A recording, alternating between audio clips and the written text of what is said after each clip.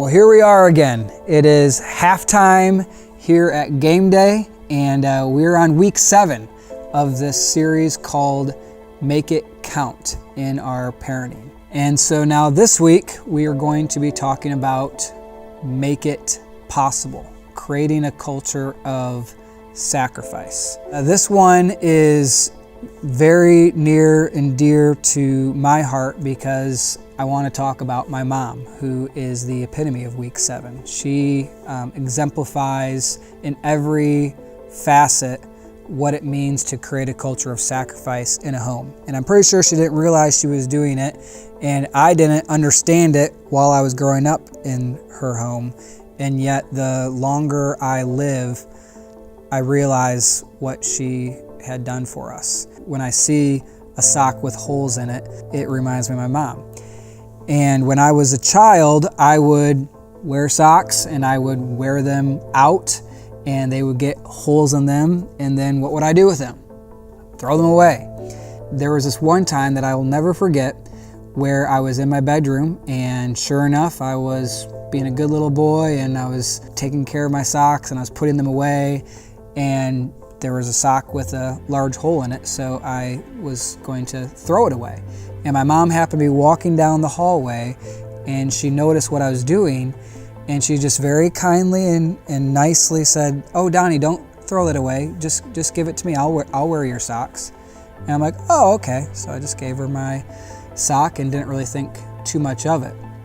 But over the years, I realized that Donnie's socks with holes in them became his mother's socks. And my mom never bought a new pair of socks. She literally always wore my old socks. She made all sorts of sacrifices to give us the opportunities that we wouldn't have any other way of having. And so all the youth group missions trips that I got to go on, and youth group activities, and eventually getting to go to a Bible college, all of those things happened because my mom lived a life of sacrifice.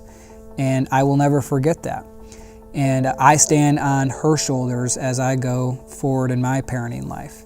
And there's no better picture of love that she could have given to us. She could have told us she loved us, which she did. She could have given us a lot of gifts, which she did when she could. She could have spent a lot of time with us, which she did. And all of those things would have shown love, but the clearest and loudest, most accurate picture of love she could have given us was this idea of sacrifice. And so it's been a challenge to me, and now I challenge it to you, that we as parents would live a life of sacrifice as we try to show our children love and make things possible for them. And my mom understood this because she understood the love that she had for her Savior, Jesus Christ, who sacrificed for her.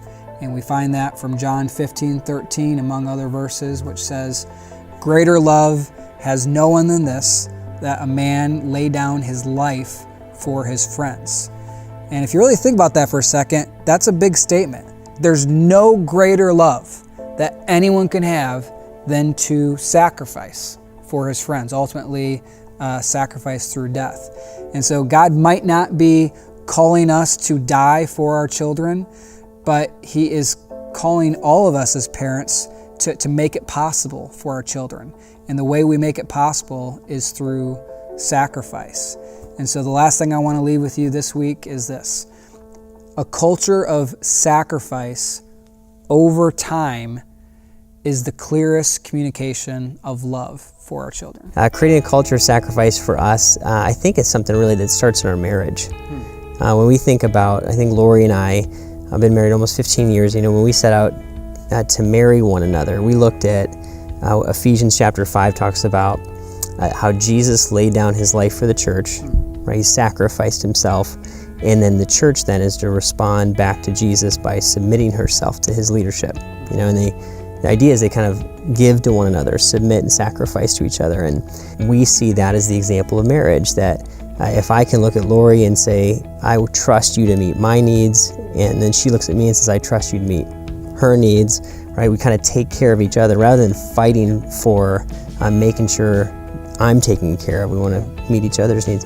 And so I think what that's done is created kind of a normal culture where sacrifice shows up.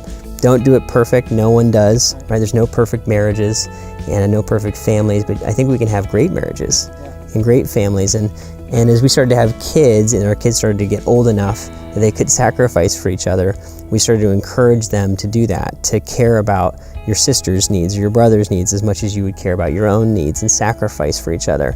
And we think it's starting to catch on. We got a long way to go, you know, but if we can make it something that's normal that they can see in us, that's our hope, you know, that we really would love to see that show through. Awesome. Good stuff. Thank you very much for those words of wisdom from Pastor Ryan. This is week 7, Make It Possible, Creating a Culture of Sacrifice.